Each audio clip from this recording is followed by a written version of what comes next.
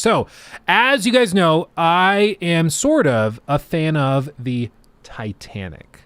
It feels weird to say fan. I'm somebody who finds it interesting because I think it's sort of a marvel of modern engineering, and it's also an example of man's hubris, desire to overcome the elements, Mother Nature, the oceans.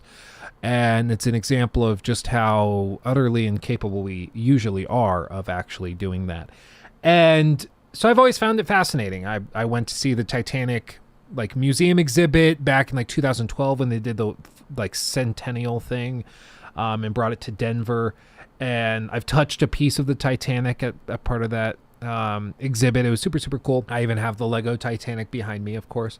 So I've been very interested in the Titanic for a long time. And also, as a result of that, I've been a very interested boy in the Titanic Honor and Glory project, which is effectively a one-to-one recreation of the ship, the Titanic, the RMS Titanic. And this project has been in the works for, I don't know exactly how long. It's got to be close to a decade. But this is a project where they are trying to recreate the ship one-to-one. We've looked at it a couple of times. We've seen it around, but this is the latest demo where you can actually go in and explore, see things, the grand staircase. I'll be real, it really makes me I've actually been kind of stunned at how small the ship feels. It's a huge ship, don't get me wrong, it's massive, but it's been kind of bizarre to be able to walk through these iconic places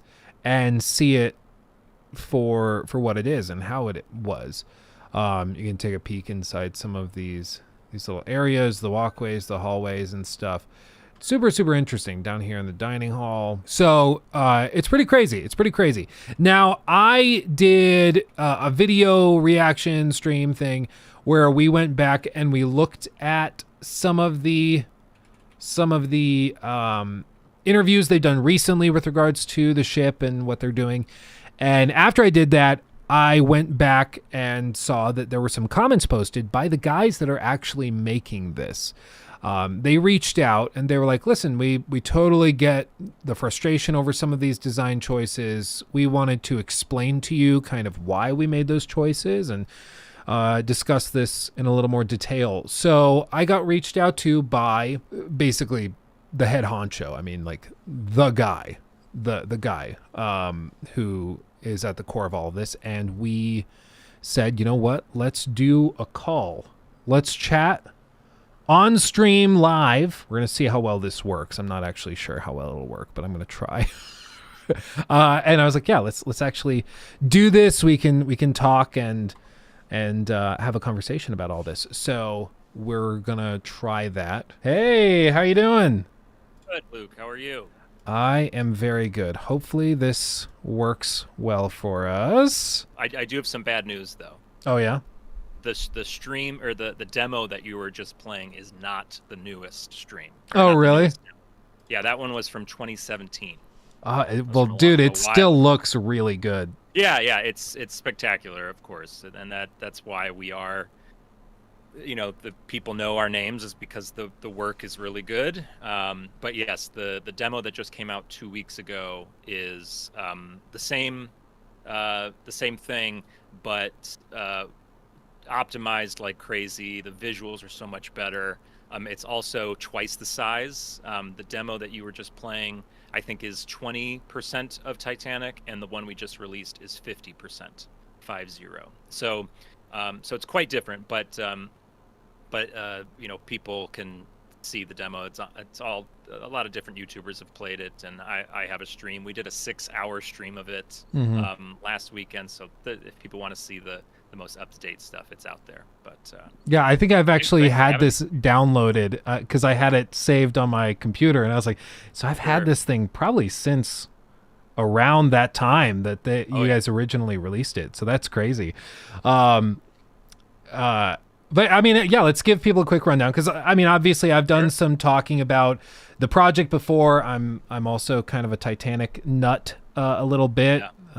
So I've been very interested in it for a while, but if you could do like a quick rundown on what the project is for people who maybe are not familiar? Absolutely. Your role within it, that kind of thing. Absolutely. So, THG, as it is most commonly known, really began about 10 years ago. At the time, it was called Titanic Lost in the Darkness. It was started by a group of just, beginner modelers and video game kids. I'm pretty sure the idea was conceived by a middle schooler, believe it or not. This guy Robin, who reached out to us recently, I believe he was a middle schooler or junior high, and he just thought we should recreate Titanic in a virtual setting. Why the hell not? And so that got spun around a bit. I don't know if the clips are still on YouTube, but I remember seeing them when I was, in college, I suppose. 10 years ago, I saw their videos and I was blown away. If I look at them now, they're hysterical because it's just like, it's amazing how quickly things age. But at the time, it was amazing. So that became Titanic Honor and Glory, which a couple of the Lost in the Darkness members sort of broke off and sort of revamped the project. And so that became Titanic Honor and Glory. I joined around that time just to do voices for any, I'm an actor and I offered my services as a lifelong Titanic nut, as you said of yourself. Like I've loved Titanic since I was 6 years old, when I played Titanic Adventure Out of Time, which was a video game from 1996. Highly recommend. But I just joined as a voice actor and I ended up writing a little bit for the project. But that iteration of the game is what causes a lot of the frustration around our project. The quickest way to summarize it, the team was run at the time by three guys: Tom Linsky, Matt DeWinkler, and Kyle Hudak. And I worked with all three of them. And Kyle and Matt, their work is what you see, and why it's just their visuals kind of put us on the map. Our visuals are in Titanic documentaries, James Cameron documentary, the one that just came out. Our Titanic is in it for like 3 seconds, but the Cameron documentary from 5 years ago, we were in that. We are in a YouTube channel called the Titanic Channel. Like our visuals are used in documentaries, and it's because of Matt and Kyle's work is so incredible. And then we have these great historical art directors, Nico and Gio. They are like, the things that they know about Titanic, I just can't understand. Like, they know everything. And so just the visuals are really what put us on the map. And then that real-time syncing video, which blew the hell up. Oh, yeah. Which, when we made that, we had no idea. I was very small part in that. I am doing the voices at the beginning, which make me cringe now. But coming up on 90 million views with that video, and we literally threw it together in a week. We thought we'd put it up for the anniversary and take it down once the anniversary was done. But it's still getting lots of views every day. So yeah, the problem with the project back then was what the scope of it was. The original intention was to recreate 100% of Titanic, which is a massive undertaking. To have a real-time sinking, so you could explore that ship, 100% of the ship, as it fills with water. Any Titanic fan would die to a bad choice of words to experience that. It's just such a thing to want to experience that. But the other part of it was there was going to be a story mode. There was going to be 2,200 NPCs, so you could walk up to any real-life passenger and crew and talk to them. You could fall in love with a third-class girl or boy or whatever. There was plans to recreate a lot of Southampton, the city, Belfast, Queenstown, Cherbourg, New York, all the places that Titanic visited, to recreate parts of it so there could be levels in the story mode in all these places. The scope kept growing and growing and growing. Developers talk a lot about feature creep. You just keep adding things because they're all great ideas. Everything I just said is a great idea, but is it possible with a team that is pretty much 5 people, right? With no money. This is the kind of game that if you reached out to Rockstar or Ubisoft and said, "Hey, this is our idea," they would say, "No, that's way too much. Why would you make 100?" It's sort of like what you said in your video. Why would you make all of this stuff? Just make a small version of it, cut some corners. No one's going to really care, and that just never really was the goal. So, long story short, 8 years go by and very little progress is made. Like, yeah, we had 20% of the ship in demo 3, which is what you were just walking around, and we had a terrible voiceover provided by this guy. And it was fun and people liked it, but in 2017, that's kind of where it capped off. We made 20% of the ship. We had this great demo. We were looking for investors and some magical millionaire that was going to pay for everything. Yes, we did talk to James Cameron about it.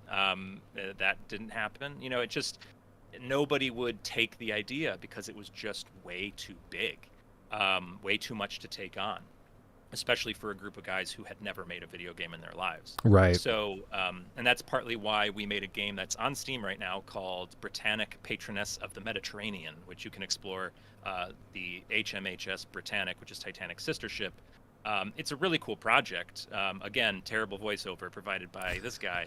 But that was really just to show that we could make a game, and that didn't change much. So it's just, we were just wasting time trying to make this massive game, which, again, the ideas were not bad. They were really cool. And it's those ideas that grew our community. And we had fundraisers with those ideas in mind. But in 2020, everything kind of was at its lowest point. We hadn't posted on social media for 1 entire year, which is crazy. Now we post like every other day. It's just great. For a whole year, we just didn't do anything, and no progress was made. So in 2020, during COVID, I reached out to the main guys, Tom, Kyle, and Matt, and I said, "Look, the project is dying. It's dead in the water at the moment. I don't want that to happen. This game is kind of my childhood dream. My 6-year-old self would really love to see this finally come to fruition. So here's a new idea. We need to ditch some of this feature creep stuff, all this access fat that we put onto this project that at its core is just a recreation of Titanic for the Titanic community. And over the last 2 years, since we changed our vision, we changed our direction, our community has grown, our community has become more supportive, our Patreon has grown, YouTube subscribers, it's just, we have more progress. We added 30% of the ship to that demo you were just playing, and we just released it for free 2 weeks ago. People are loving it. We have now 2 great projects, Titanic Project 401 and Titanic Honor and Glory. Both are going to be incredible. We're filled with such excitement now. So yes, it's been 10 years in the making, and we are as frustrated as anybody else about the setbacks that we've experienced. And as I've told every single fan that I have personally reached out to over the last 2 years, I've mended a lot of burnt bridges over the last 2 years. And I will say the same to you, because your video was mostly about just the it's cool, but it's frustrating. It's cool, but it's frustrating. Mm-hmm. The frustrations are so warranted. I mean, we know more than anybody how frustrating this project has been. But over the last 2 years, we are very proud of what we've done, what we've accomplished. The new team, which still has Matt and Kyle on board, who are the backbone of these visuals. The previous creative director, Tom Linsky, who I was telling you about, he splintered off to do his own thing because his contribution to the project was the story mode ideas and writing that script and getting all that together. And so once we kind of decided that's not really working for us, he went off to do his own thing. He's making a game about the Lusitania right now, which we're all really excited about. Oh. Yeah. So, and he's got a great YouTube channel, Part-Time Explorer. But yeah, so that's kind of how we got here. A lot has happened over the last 2 years, and a lot to come. But yes, frustrating. Yeah. Well, and it's yeah, I think you answered a lot of stuff there. I think it's a fascinating project, and for anybody who has even a passing interest in the Titanic, it's of course very, very compelling. But it's, you watch the recap videos, and especially if you've been following the project for a while, it starts to be like, we've been doing well, and then it feels like you're two steps forward and one step back, so you're Yeah. constantly kind of doing a tug of war. And what you said, feature creep and everything, it reminded me of what one of the video game developers that we meme on all the time, Todd Howard, the guy behind Fallout 4 and Skyrim and all that. He's Sure, famous yeah. for saying, "We can do anything, we just can't do everything." So you got to pick. That's You good. got to pick. Yeah.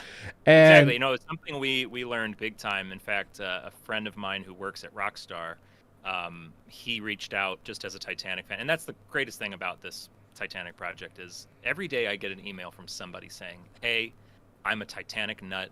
I've been my whole life. I just want to do something for you guys. You don't have to pay me. Let me just help." That it's so sweet. We love that. That's when I reached out with that exact same email 10 years ago now, but friend from Rockstar reached out and he said, "Hey, I'm in the business. I can't literally help you because I work for a real company, but like, do you need advice?" And that's when we were going through a lot of transitions, and he was a big supporter of cut the fat. Feature creep will kill you. You have to focus on the minimum viable product. What is the smallest thing you could make that is acceptable? Make that first, and then you grow from there. Don't be making DLC before you've made the game. right. Well, so I mean, if we do just kind of like a rapid fire series of questions, just so people get Sure. an idea. So, like right now, you mentioned before it was basically being run by like 3 people, put together by Pretty 3 much, people. yeah. How many people would you say are like actively day in day out working on the project now? Day in, day out, I would say 5. Okay. It is still a very small team, but the extended family, the people who work on it probably every day, like a little bit after school, after work, that sort of thing, but like certainly every week they're devoting hours to it. Probably 30 people, like just whether that's Titanic researchers. We have like truly some of the best Titanic researchers. I will post a picture of Titanic on our Discord, and I'll say, "Hey, researchers, I need to know, like, do we know what day this was taken?" And I will get a response within a minute saying it was taken on April 10th at 1:30 p.m. based on the shadows. And I'm like, "What? How did you?" All right. So we have great researchers. We have a great team of modelers.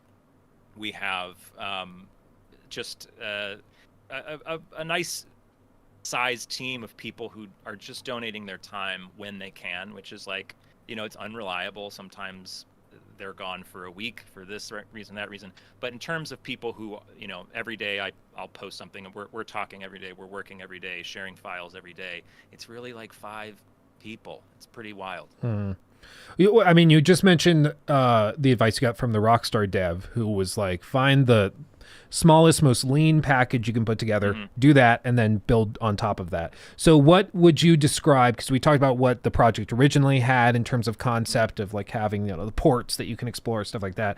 What is the current goal, like the current lean, mean base and foundation of the project that you guys are working towards? Sure. So when we completely changed everything and we cut the fat, focused on the minimum viable product as it's known, the 2 pillars of this game that have always stood. I mean, you can get rid of the story mode, you can get rid of 2,200 NPCs, you can get rid of everything. The things that you cannot get rid of: 100% of the ship. That is why we are here. That is why we have the following that we have in the Titanic community. If you suddenly say we're going to stop at 75%, everyone thinks, what is Titanic Honor and Glory if not that? So we keep the 100% of the ship. And then some sort of simulation syncing mode, something. We're not even focusing on that right now. We're just trying to focus on the ship. But that is forever in our dream. But beyond that, my side of things, I'm trying to add as much history to it as possible to create these virtual museums that we're basically making right now. That is, to me, the core of both of our projects. As much of Titanic as possible, some sort of syncing element, and the history, the true stories of Titanic. Like, sure, we cut this massive story mode, which fans of the game will remember. It was going to be a murder mystery kind of thing.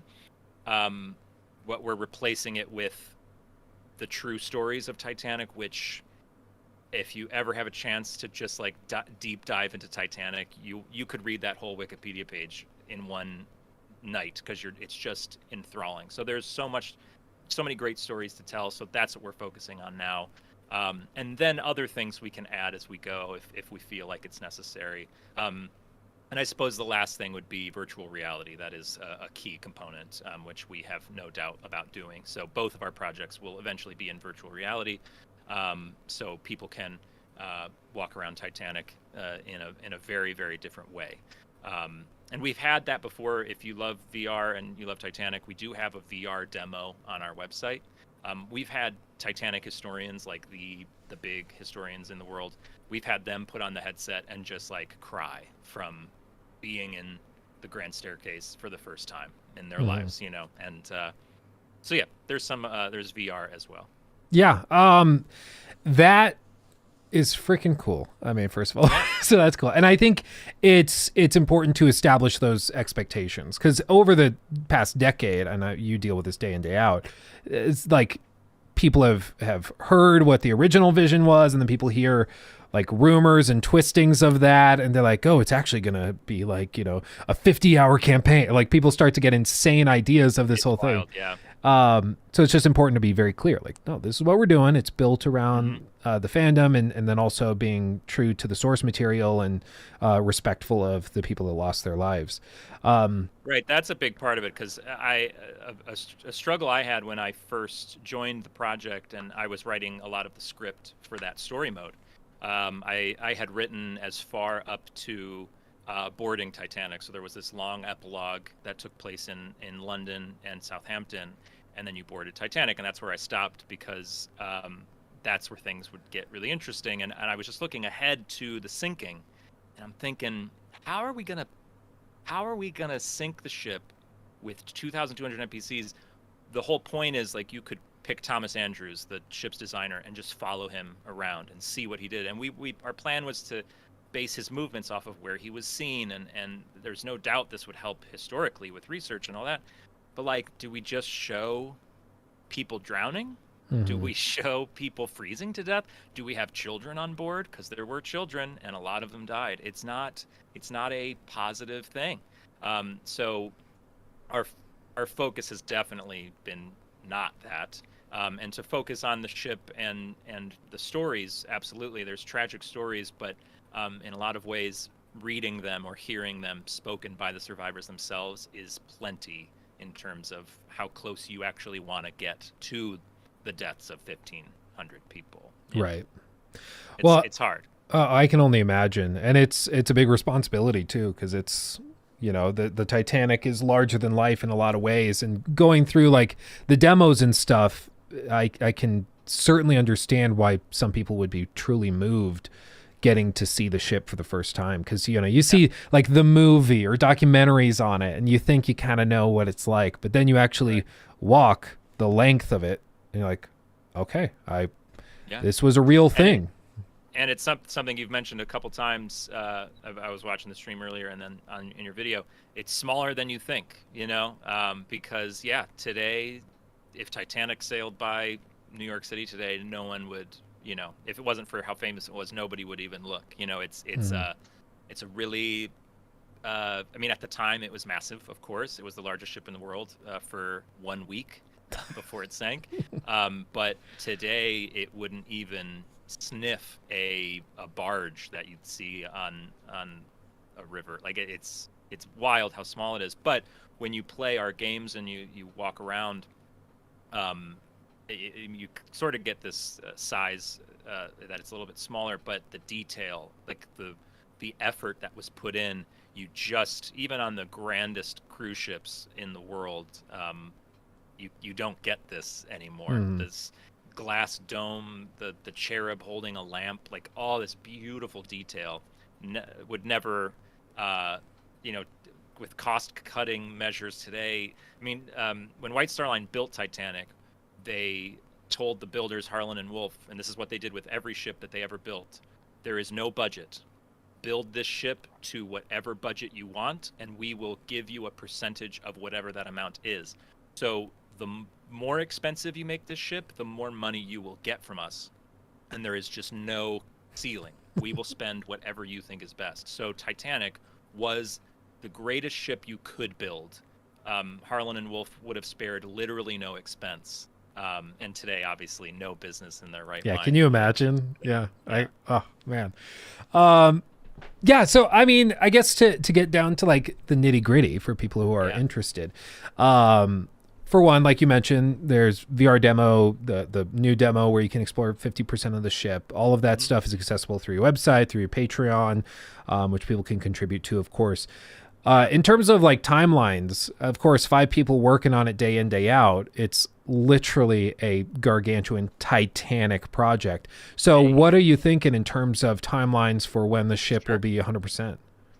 Sure. So, so we have our 2 projects, which we're still trying to get people understanding of like what each project is for. It's kind of complicated because it's a new concept. So all those models that are kind of famous in the Titanic community, in documentaries and whatnot, and the ones that you were just exploring, and the ones that are in our demo 401, which is on our website, those are all going to be funneled into a project we are calling Titanic Project 401, which will have that same 50% of the Titanic. It will have reimagined sound design, because right now the demo, famously to our fans, has no sound to it yet. So it'll have sound design, the wind on deck, the engines rumbling under your feet, all that great stuff. It'll have historical components that I have been working on for well over a year already. There will be the VR aspect. There will be different times of day, that sort of thing, a nighttime, sunset, daytime setting. So we have a bunch of great stuff planned. My hope is that we can get this big project out sometime next year. We are not saying any date. We've been burned a lot in the past by saying dates.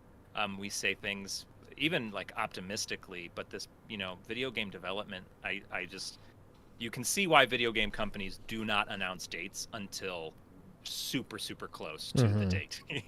They'll work, GTA 6, a perfect example. They've been working on it for a decade. They still haven't even announced that it exists, or maybe they have recently, but obviously we all know it does. But they won't say a date until we're pretty close.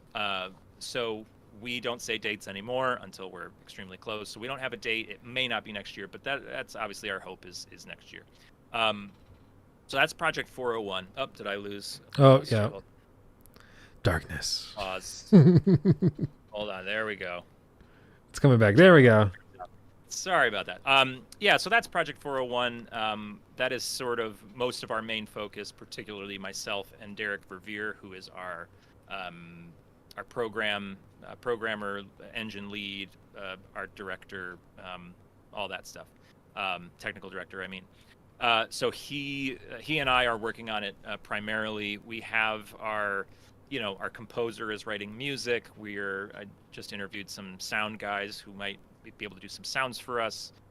We're gonna try to. We're always looking for more volunteers who can do programming, who can help this go along quicker. Because really, the only difference between us releasing early next year, late next year, or the following year is just how many volunteers we have, and some of that is also dependent on how much money we get from our Patreon. Can we hire people? It's kind of a ever-changing thing. As for Titanic Honor and Glory, which is now this recreation of the ship, which you watched that video of me talking about it, showing all those images of Titanic under construction. That is going to be even more complicated because yes, the whole ship won't be done for years, but we have plans to have an open free alpha. So what we will do there is, as soon as enough of the hull exists for me to put some history elements into it to sort of start this museum quality that we have with Project 401, we'll just open it up to people. They can explore the tank top, and they can explore the outside of the ship, and get into the under the tank top where those floors are, and see the history of it. Maybe show it being built piece by piece. We have a lot of ideas that we can use these models for, since he's building it in such a specific way. So the alpha will open for free. We'll build the ships slowly, adding update after update. The ship will expand and expand and expand. At some point, there will be enough of the ship that we will begin to charge for this alpha, but we're not really even thinking about that right now. So yeah, we hope we don't have a date or a year for the alpha beginning whatsoever, but the point is, yes, it's going to take years and years for this whole ship to be finished, but you will be playing it long before it is finished, which is cool. And then on a flip side of things, a big concern that people have, which is something that you mentioned in your video, was, and this is like the main reason why I wanted to reach out, is this aspect of, and I should have said it in that video, this aspect that why are you doing these pieces that no one will see? Like an average gamer walking around the ship, you're not going to see that.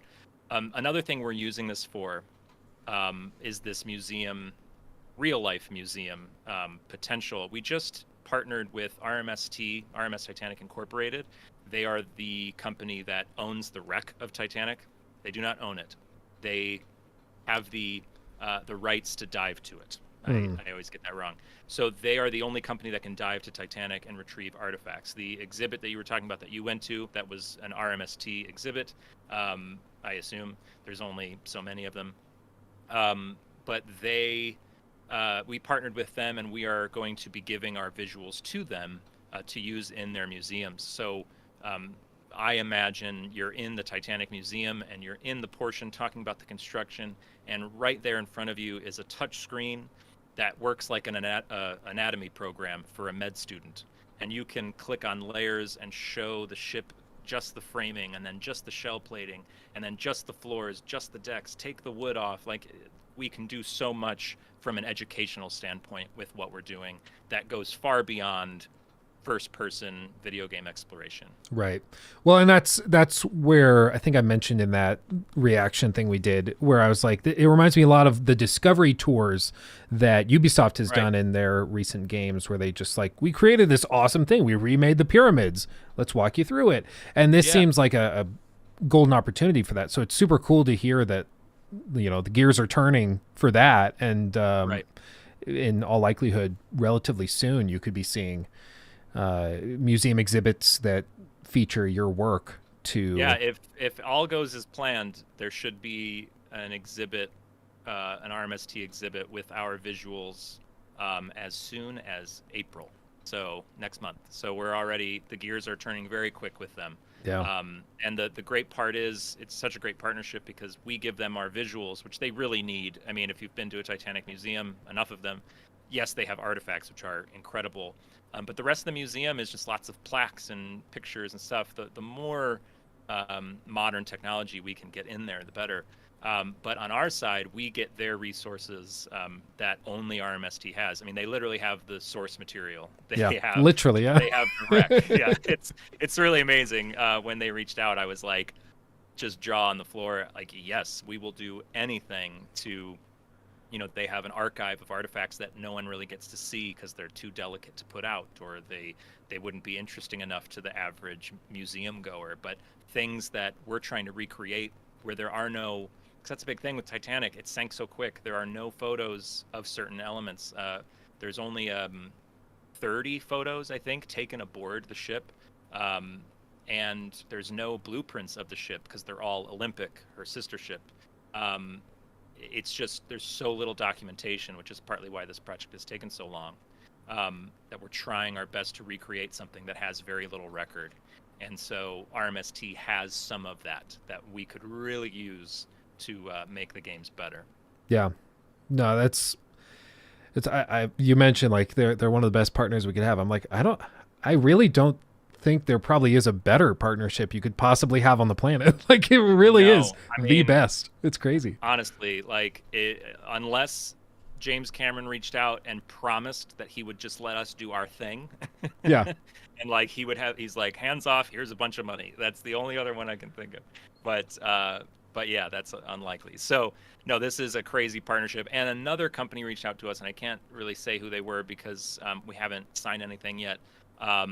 But they're going to help with some other gameplay stuff that we're working on for both projects. Okay. But both of these companies actually reached out to us recently because of this new direction and because of these images of the ship being built plate by plate. RMST wanted to reach out to us years ago because of our visuals, but there was an issue with the gamification of Titanic, and Sure. and it's true, like you said in your video, like there's games about war, and that's so true, but in war there's a bad guy, and you're on the good guy side most of the time.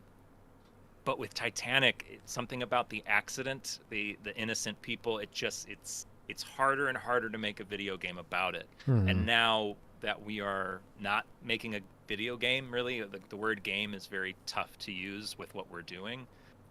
That's what made RMST reach out and this other company reach out and say, you guys are sort of preserving history, and that's what we do. Both companies, that's what they do. Let's team up. So it's been great to see the response to this new direction that we've been taking over the last 2 years. It's been nothing but positive, really. Yeah. Well, and I'll say, like, from my perspective, it makes me much more comfortable with the project in general, seeing that it's not going to be like one of those really kitschy, like, CBS straight to movies things where it's like this was a national tragedy, and we're like, right.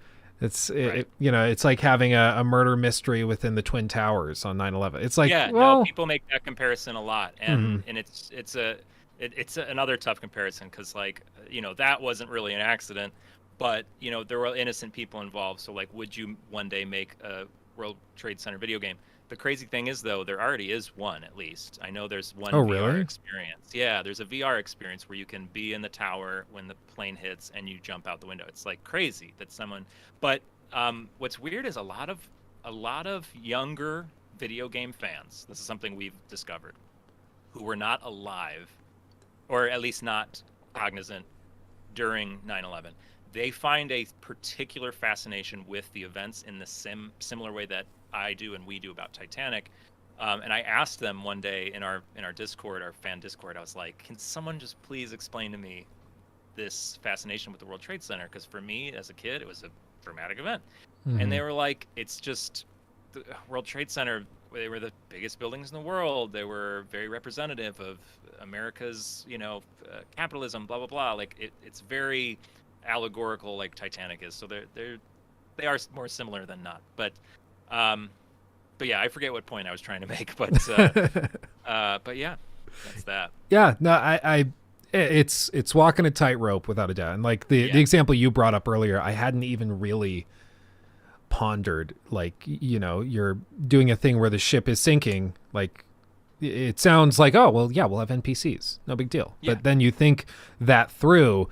Like, okay, yeah, well, what about the women and children, the babies, what about the screams? Like, that's one of the most haunting things about that real-time syncing thing, is like just having the audio come through with the silence of the rest of the ocean. It'll send shivers down your spine.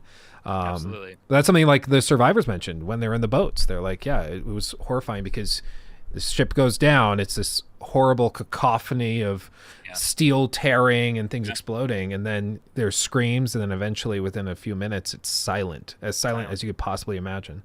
What one of the hardest things to hear, Titanic fans watching will have to tell me where this comes from. I like to source any Titanic story because, as you know, and as hopefully some people know, the garbage about the Titanic is just crazy. The crazy stories and conspiracy theories out there are wild. Oh, yeah. So maybe a Titanic historian, a Titanic fan watching can put in the chat where this is from. But there's an old story of a passenger who survived, and he moved to Chicago, and he had a house near Wrigley Field, and an apartment or something near Wrigley Field, and he had to move because after the first game of the season, whenever a home run would be hit, the crowd's reaction to the home run was just triggering all the PTSD from the screams. So like that's, so not to make things awful, but next time you're at a sporting event, that kind of sound, that's sort of what was going on. So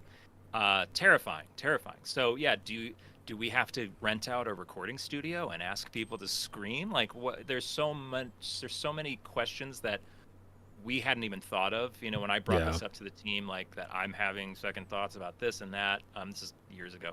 Um, you know, it was like, oh yeah, I guess, you know, you get so caught up with the Adventure Out of Time nature, which is the game from 1996, which was super successful. It was like game of the year in some magazine, and it sparked my love of Titanic and video games. So I owe Adventure Out of Time everything.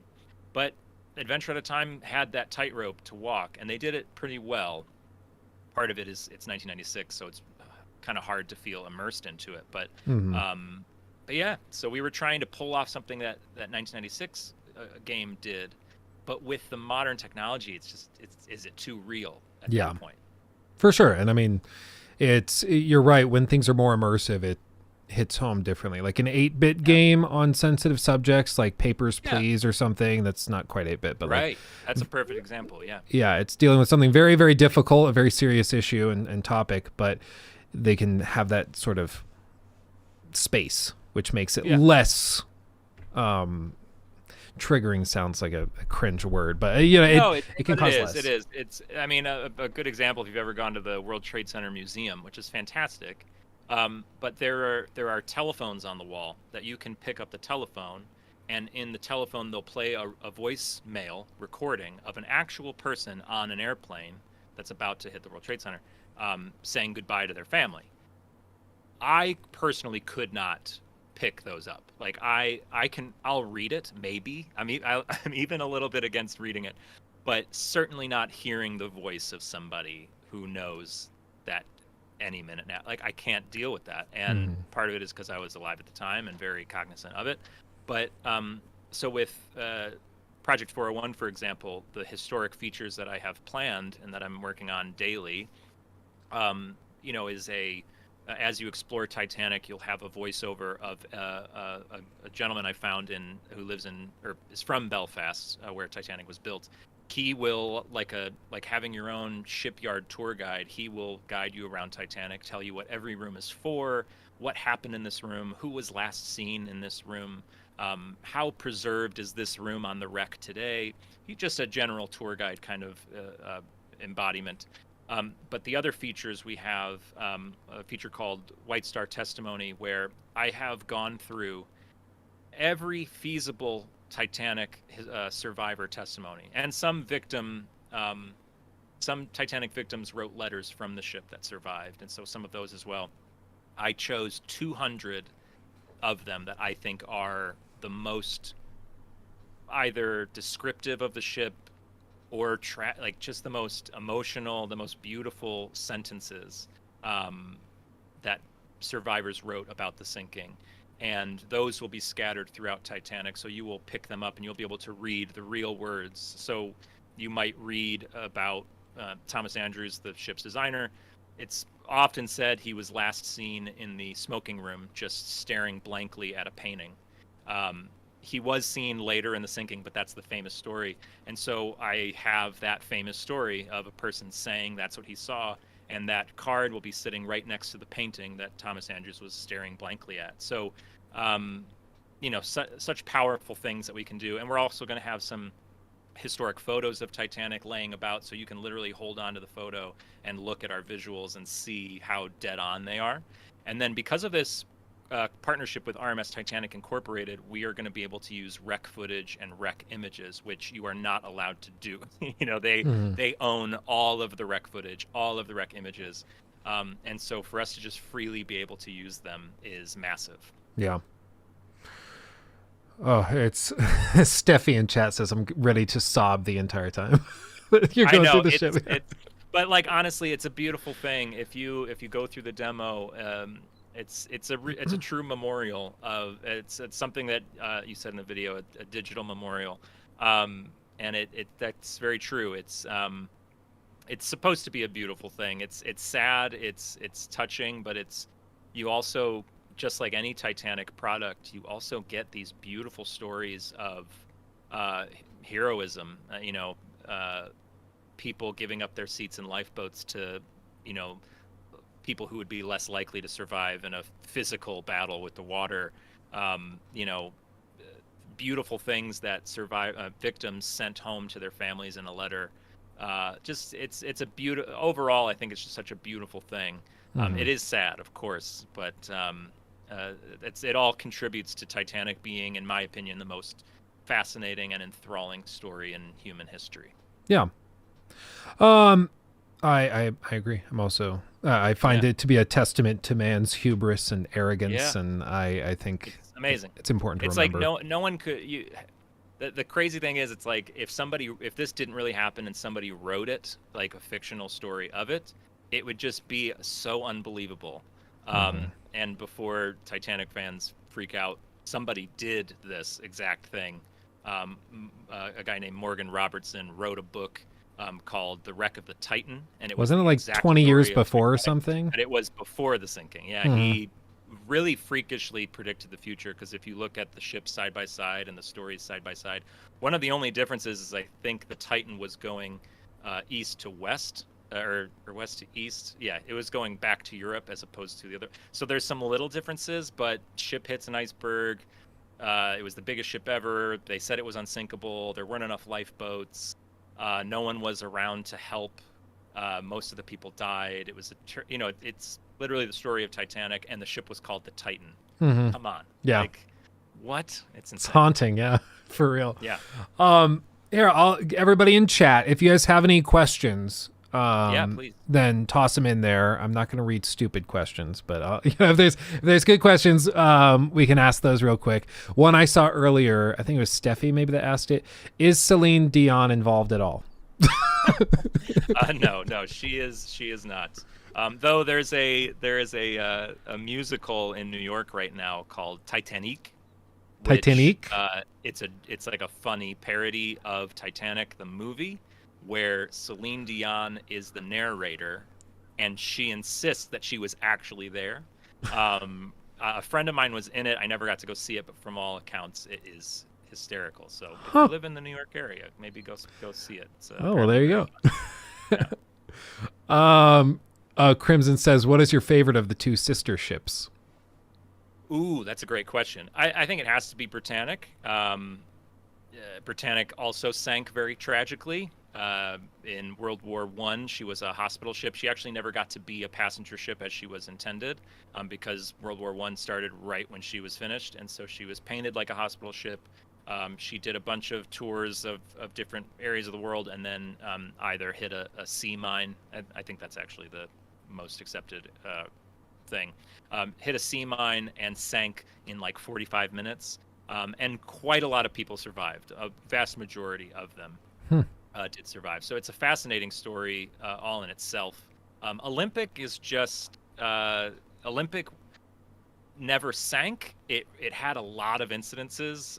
It used to run into ships all the time. I think Olympic is responsible for the deaths of a handful of people, because she just kept running into stuff. But she never sank, which prior to Titanic sinking actually bolstered the unsinkable narrative of Titanic, Hmm. because Olympic had been in a massive collision with a warship and didn't sink. So everybody was like, there's your proof. These ships are unsinkable. And then a couple of months later, Titanic sank. So, but yeah, got to go Britannic, I would say. That's a fascinating. Danielle asks, "Will Molly Brown be one of the stories that you will be sharing in detail?" Absolutely, because one, she's one of the greatest characters in the Titanic story. She was one of the original like suffragette feminist movement.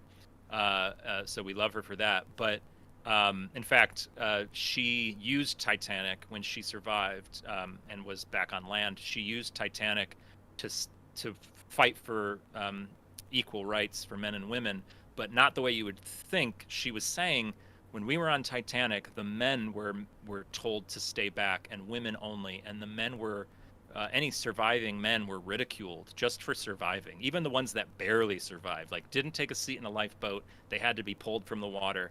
They still faced a bit of ridicule. And she's like, "What kind of world are we living in? This is insane. If we want equal rights on land for women, then we need equal rights for men on at sea." So like, really crazy stuff. But we will definitely be focusing on her, because we have her cabin recreated in Demo 401 and eventually Project 401. Her cabin E23, you can go visit that. It's just off the grand staircase on E deck. E23. There you go, everybody. A And lot speaking of, smaller like, cabin than you'd expect.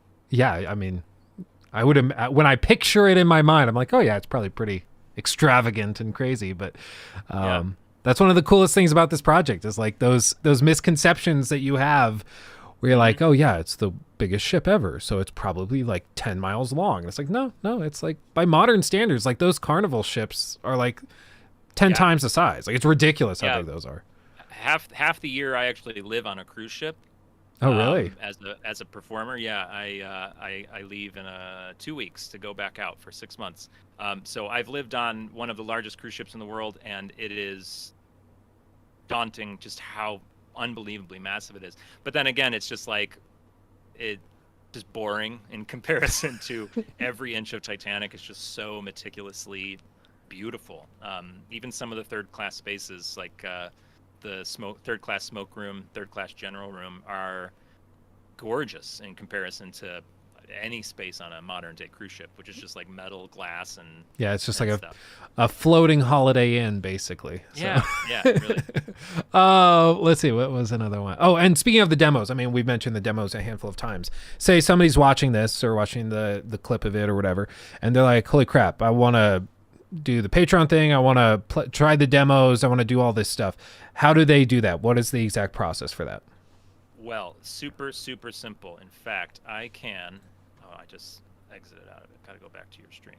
I am going to once this ad plays, I'll put the link in the chat to I think you can do that, right? Mm-hmm. Put link in the chat. It should let you. Yeah. Well, actually, now it's freaking out. I'm actually going to exit out of that. Somebody else will have to do it. So yeah, you can go to our website, which is titanichg.com, where you can see about both of our projects. We have a Patreon, which if you're looking for updates, like if you want to stay up to date with us, just check the Patreon from time to time. You do not have to join at all. We're very insistent that if you have other things to spend your money on, please support other things. Like, support us if this is what you love and you love Titanic and you love what we're doing. But, you know, if you're expecting like a video game, definitely there are other ones out there to support. But you can come to our Patreon anytime and just see what we're doing. Patrons just see the updates earlier, that's all. So you can go and see what we're doing. But if you can join the Patreon, we'd love to have you. We do a lot of fun stuff with our patrons. We have patron-only streams. Yesterday, I just put out a thing on the Patreon for patrons only saying, hey, I'm talking with some sound guys today about sounds for Project 401. What is on your wish list of like Titanic things? And people are like, this needs to happen, this needs to happen. So I made a list and we'll see what we can do. So we ask our patrons for suggestions all the time.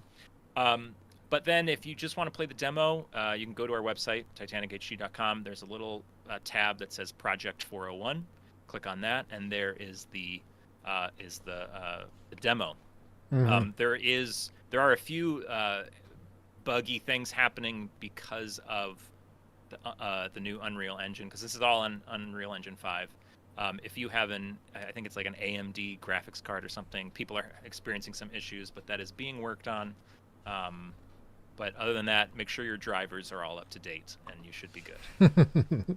We all know that all too well. We've had some games recently. Big question we get. Everyone's like, "Why isn't this working?"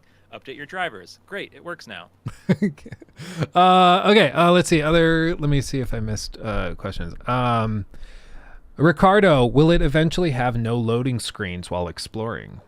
Oh, good call. So we used to, the demo you just played, Demo 3, has no loading screens between any parts of the ship. It's all one big level. So because of the limitations of Unreal Engine, there's a thing for people who don't know called reflection captures, which is basically if you want like a mirror to reflect something, or if you want a wall to reflect light. This is my wife. Oh, hi. Hi, wife. He says hi. Hi. Do you have a baby with you? Is that why? Oh no, he's downstairs. Yeah, this is my wife. This is James. He's running the Titanic rebuilding recreation that we've been following for a long time. Okay. Super, super cool. So now I can say that this gigantic Lego Titanic I have behind me was like a business expense or something, and I can Absolutely. justify it No, that way. trust me, we tried so hard to get in touch with Lego to be like, hey, send us some of those Lego Titanics and we'll build them on like a live stream or something. But we couldn't make it happen. So I'm super jealous. Those super Lego jealous of guys, that. man. Oh. Yeah. Anyway, sorry, you were mentioning Oh yeah. the loading So screens. the reflection captures, it's how you, if light is going to bounce off of a polished panel of wood in the grand staircase, which if you go through our demo, the light bouncing off of every surface, because that's Titanic in a nutshell. I mean, ships back then, electric light could not be relied upon. Lights did not burn very bright, and when they were on, they were extremely hot. So rooms like a dining saloon would become very warm from all the light. So the builders had to be very smart about how light is brought into the ship from outside and how it bounces off the walls. And so our ship has to have that as well. So lots of reflection captures. And because of how you can only have, I think it's like 361 reflection captures in one level. That's Unreal Engine's limit. So we had to either get rid of reflections or break the ship into levels. And being that breaking the ship into levels would also lower the required specs for running the game, we decided that is the best way to go. In fact, what's fun about the demo now is if you have kind of a mid-range computer, you might not be able to play the first class level, because the first class level is just so intense. But you would easily be able to play second class, third class, crew, and everything else that we have. And that's partly because we were able to split the levels up. So we will probably not, there will be loading screens in Project 401, but the nice thing about what we're doing with THG is there will not be loading screens. It will all be one big thing, because we are able to do that with the new way that we're building it, and we'll be able to have dynamic lighting, so there could be a day-night cycle. That's what will allow the ship to sync. That's why Project 401 is literally unsinkable, because the way the limitations with lighting means that it has to stay static, pre-built lighting. But yeah, so loading screens in Project 401, but not in Titanic Honor and Glory. You see, guys, sometimes it's not just like developers and people making these things are just trying to like piss on the parade. Sometimes there's a reason so why. Funny, we have this one fan who loves to point out stuff that we do, and it's so funny because it's as if some people think that we're just doing it for fun. Like, no, if we made a decision, if we took something out, if we took something away from you, it was because the thing that you had before was bogging the game down and causing crashes and causing technical glitches. For example, the sounds, we had sound in the old demo, but there's no sound in this one because we added so many spaces that the sound was bleeding into places that it shouldn't be, and it was very immersive breaking. Like it was terrible. So we had to take the sounds out and redo them all. So we decided we're going to properly do sound for Project 401, so there are no sounds. So like we took them away for a reason. Yeah, it's not just you like, yeah, screw them, no more sound for them. Yeah, exactly. Yeah. We're just being mean. Yeah, you just like to troll your fans who are supporting you. Yeah. Yeah, exactly. So ridiculous. Millix asks, after the Titanic, so I mean, allegedly, like maybe 3-4 years down the road, say you finished all this. The ship's done 1-to-1, all of the everything's released, it's been well received, it's in museums. What's next? Like, is the team looking at taking on other stories, rebuild the Costa Concordia or something? Like, what are you thinking? No, not the Costa Concordia, sadly. Not interesting enough. Yeah. No, so beyond that, I mean, if you can imagine, like we're barely focused, on the extended features of THG. Like, I don't know what we should even say. We have planned blah blah blah. So clearly, we haven't even thought about post release. But of course, there's any number of incredible ships from the era. Like, you know, we already released a Britannic game, so like, is there an Olympic thing we could do? Could we bring them all together in some way? Like, we could do some fun stuff out there in the shipping world. You know, I've always loved the. I mean, you know, another tragedy, but the Hindenburg would be fun. Oh You know, yeah. so we're in this weird niche of tragical history, um, but you know, so there's any number of things we could do. I also have an idea in my head for a very different game that we could make, but I'm keeping that to myself until a Hmm. day that makes sense to tell the rest of the guys about it. I don't want to get ahead of myself. Yeah. Oh, relatable. I've got like a whole Google Doc of stuff because I talk about and critique video games all day, every day. So Sure. I've got my own suite of ideas and things. And some of them I've been very vocal about. Like I've always said, I've dreamt of a hyper realistic narrative pirate game based on the golden age of piracy and Bonnie, made by like Naughty Dog. I think that could be amazing. But I Oh also yeah. have many others, like you're saying, that I've kept Yeah. a little more secret. No, I have one. I have one that. Yeah, I'm not gonna say because it's such a good idea. Somebody will take it. Hmm. Yeah, well, there you go. Let's see. Rocky, one of our mods, he's been asking repeatedly. I've got to ask it. Hide and seek on the Titanic. Hide and seek. Let's do it. No, it's funny because people often ask. They want multiplayer on the ship, and they want to be able to do things. And some people have even asked, could you just open the game up to modders to do whatever they want with it? And the quick answer to that one is probably not, because we don't want people to do whatever they want with Titanic, Yeah. because we know pretty much instantly there will be an FPS, you know, Rainbow Six style Call of Duty something or other Oh, yeah. going on in Titanic, which isn't quite in our mission statement. Let's put it that way. Yeah. You know, there was that Call of Duty Zombies game set on the Titanic, which I can't believe happened. But oh well. So we can't just open it up to anybody. But we do have a multiplayer thing in our heads. But again, we're not thinking about any of that at the moment. But hide and seek could be fun. It's one of those that's probably a little safer than, the Yeah. Who doesn't like a little hide and seek? zombie You know, shooter mode. I get it though. You know, it's the perfect setting for something like because I know what game is it that has a Titanic sinking thing, and you run around. I can't remember it's like a really basic. Maybe it's Roblox kind of thing, but the ship sinks. And so the water's rising, so the level's getting smaller and smaller. It's perfect for like an FPS, that sort of battle royale thing where the map is just getting smaller and the players are picking each other off until there's just two left. I get it, but it's just we can't go that route. Yeah. Sadly. Yeah. There is such a thing as taste, and Yeah. sometimes that's just a little too much.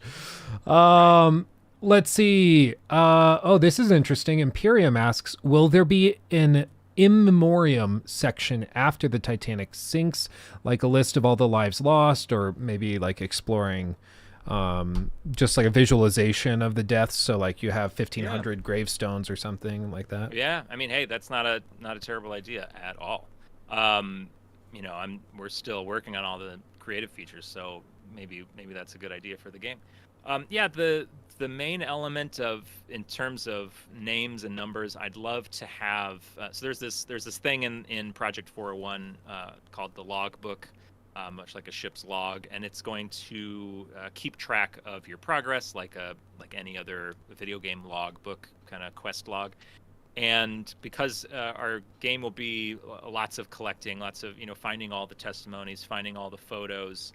We have this new idea from literally our Patreon discussion about sounds, potentially hiding sheets of music around the ship, and if you find it and bring it to one of the 5 pianos on Titanic, it will play the song. So like we're trying all these things, and this will all be kept in your logbook. And in the logbook, I'd love to have a passenger list with cabin numbers, because we do know a good handful amount of passenger cabin allocations. Sadly, we'll never know all of them. It's really just first class passengers because one steward had a list in his pocket and he survived and we got the list. Like that's how we know where people stayed. But anybody who's not on his list, we really don't know where they stayed, more or less. There are some other, some survivors remembered their cabin number and happened to say it during an interview, and so we know that. So yeah, I'd love a passenger list, and it can designate who survived, who did not. So there will certainly be lots of historical visuals to just give you an idea of what really went down. Yeah. And I think that works great. And I mean, any amount of stuff like this, just the freaking recreation of the ship in many ways, I think will demonstrate the point. And like, have you considered doing something like, I mean, obviously we discussed the NPCs, having that with some sort of AI tied to them for moving about the ship and things like that, obviously is a big ask, and there's a lot of moving pieces literally to something like that. But have you considered doing like a more static representation of just how many people were on the ship? Maybe they're just in frozen basic movement animation, something like that, just as you explore. Something I've tossed around in my head is the potential for sort of black and white photo, like, so 3D NPCs, I guess you could call them, but they are frozen in like a photo style. So we could plan some things here and there, but even that, like, now you need a modeler to create a human being in 3D and dress it, and the whole concept of NPCs just adds untold amounts of work. We're talking about the modeling, getting a costume designer, honestly, like someone who knows the era to make the clothes, and then someone to if they're going to talk, like, obviously there's script writing and the programming of talking to them. There's just so much that goes on.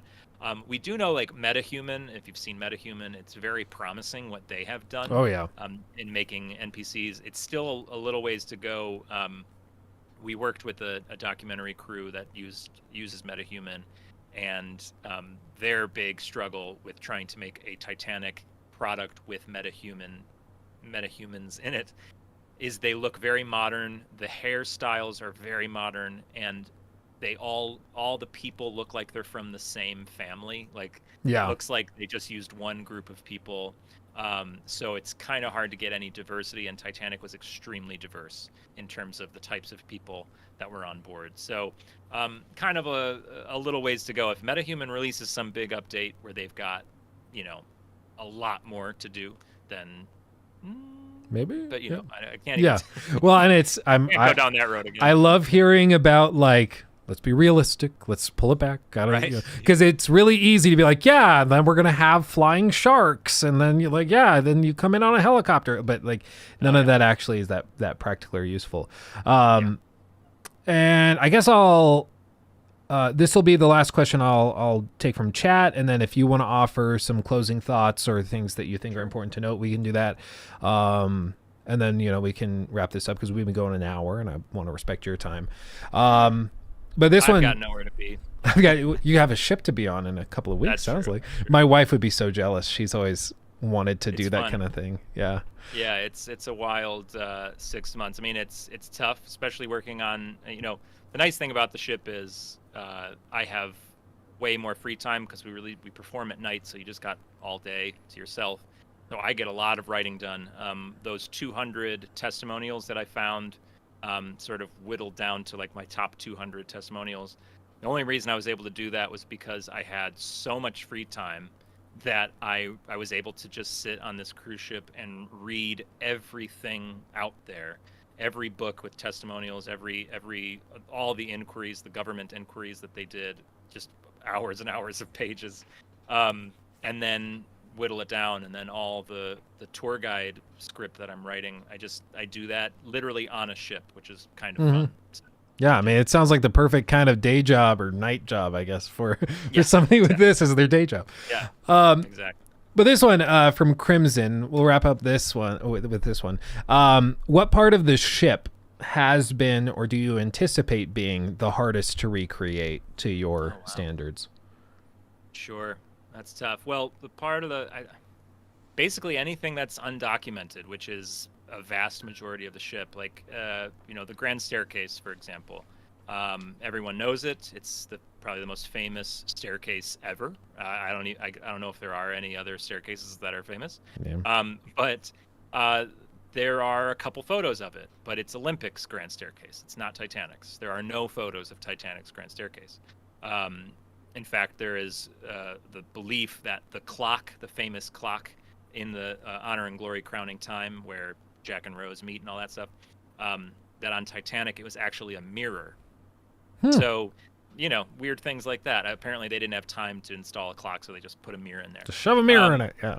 Yeah, but no one will know. We'll literally never know if that's true or not, because the Grand Staircase is gone on the wreck because it's made of wood. So, like that room, we have some references, but they're all Olympic. We'll never know for sure. But then there are rooms on Titanic that truly, it'll be labeled on a deck plan for Olympic, not Titanic, because there are none. We'll take an Olympic deck plan and it'll have the most vague thing. Like it'll just say store. So it's a storage room.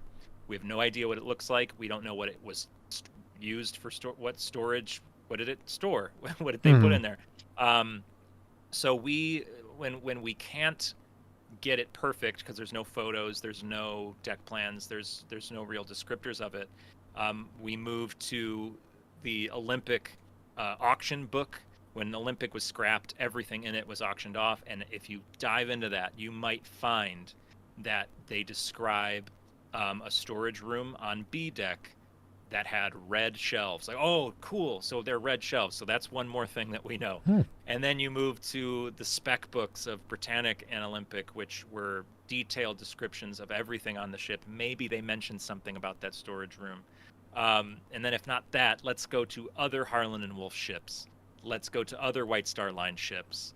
If that doesn't work, let's go to their competitors' ships. Like we just try to piece together what we can. So the hardest spots on the ship are always going to be these places that just don't have any documentation. And then, of course, the engine room stuff, engines and boilers and pipes, that's obviously a headache. It's much easier to make a nice plain third-class cabin than it's ever going to be to recreate the engine room, So, Oh, yeah. But there is both the engine room and the third-class cabin in our new demo, so go check it out. New demo. We'll probably boot that up right after we wrap up here, and we'll show people around. Yeah.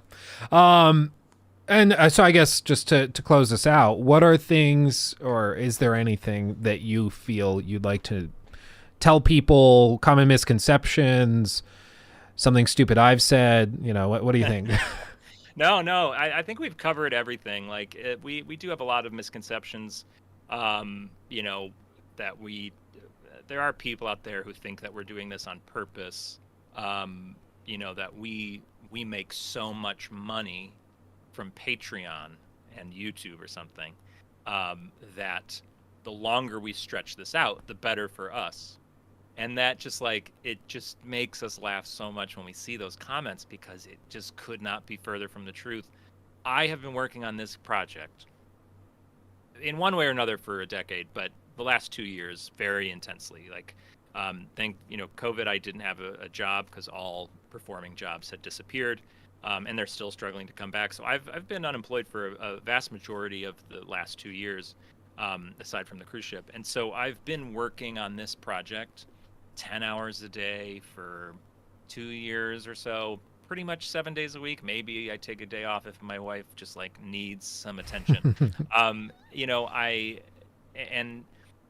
Every now and then I'll get a piece of the Patreon money as a thank you from our executive producer. I did the math the other day, and last month I think I made $2 an hour for the whole month. So it's just why would I want to do this forever? Yeah. I love Titanic, and I want to work on this project for the rest of my life, for as long as this takes. I don't think it'll take the rest of my life, but I want to work on Titanic projects the rest of my life. Maybe that's a better way to put it.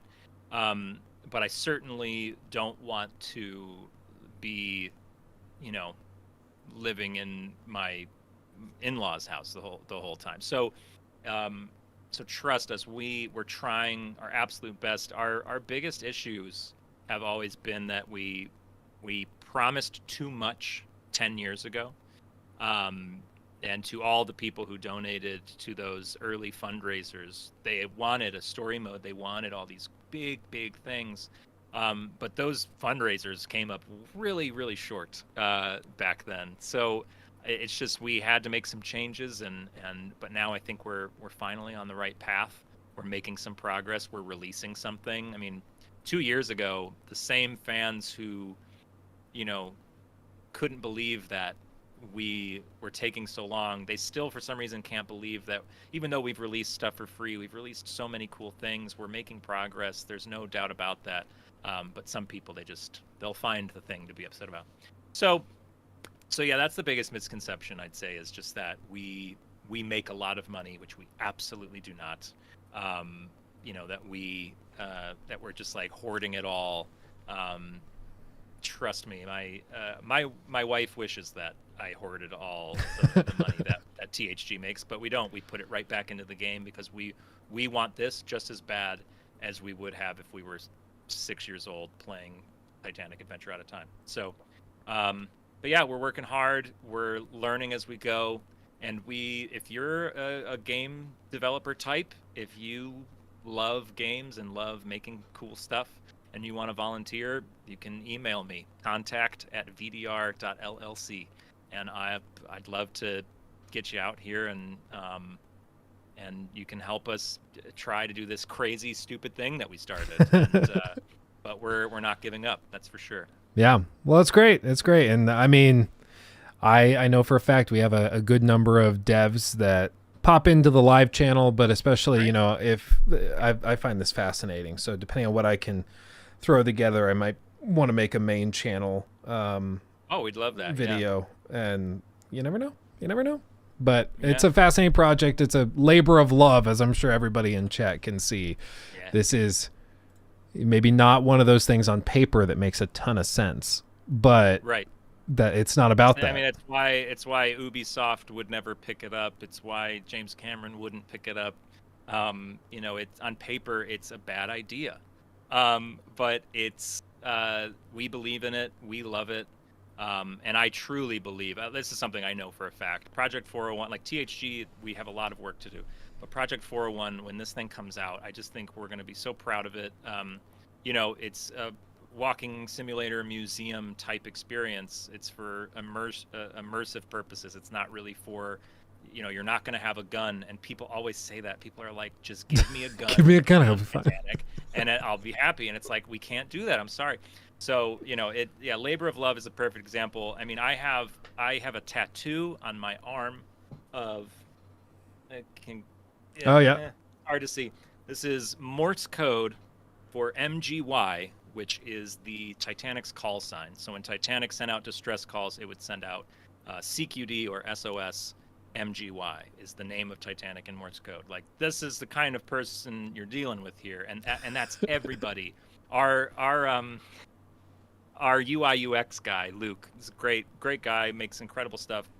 He's doing like our menus and our UI UX stuff, user experience, and he proposed to his wife at the Thompson Graving Dock where Titanic was dry docked when it was built. Like, just these people that are on this team are absolute nuts, and I love them all. And so yeah, come join us if you're a nut. Yeah, what a way to wrap it up. Well, I appreciate you doing this. Who knows? Maybe we'll talk again soon. Yeah, hopefully. love to. And we'll be in touch. If you guys want to try the demo out, you can do that just on that website. I will share the link once again to chat. Yeah. And if you 401, or demo 401. Demo 401. Boop, boop, boop. So if you're interested, you can go check it out. And if you want to support these guys in this project, Patreon, all that good stuff, and YouTube channels, all that. Titanic Honor and Glory, Project 401, you could find it. But I appreciate you. Thank you so much for chatting. I've thoroughly enjoyed this. This was great. Absolutely a pleasure. We'll talk soon. All right. All right. Bye-bye. Bye. What a joy. What a joy. Wasn't that so much fun? Wasn't that so much fun? I find it fascinating. The project is crazy. The project is absolute madness. I'm blown away every time I hear more about it. I'm just like, God, oh, it's crazy. It's crazy. And so hopefully that was something relatively interesting, and you get a better idea of what they're trying to do. And I'm really comforted because I feel like he directly addressed a lot of the concerns that I've had, where I'm like, this has been in development for like a decade. What are we doing to make it like happen? Bring it together. They're like, yeah, we overpromised a lot back 10 years ago. We did. And now we're going to fix it, and we're going to get this thing out. So even though people are like, oh my God, it's so cringe because it's like what kind of game doesn't have guns? It's like, because you're not going to do a Titanic game with a machine gun. God damn it. We have to draw the line somewhere, people. So I don't know. It's super, super cool.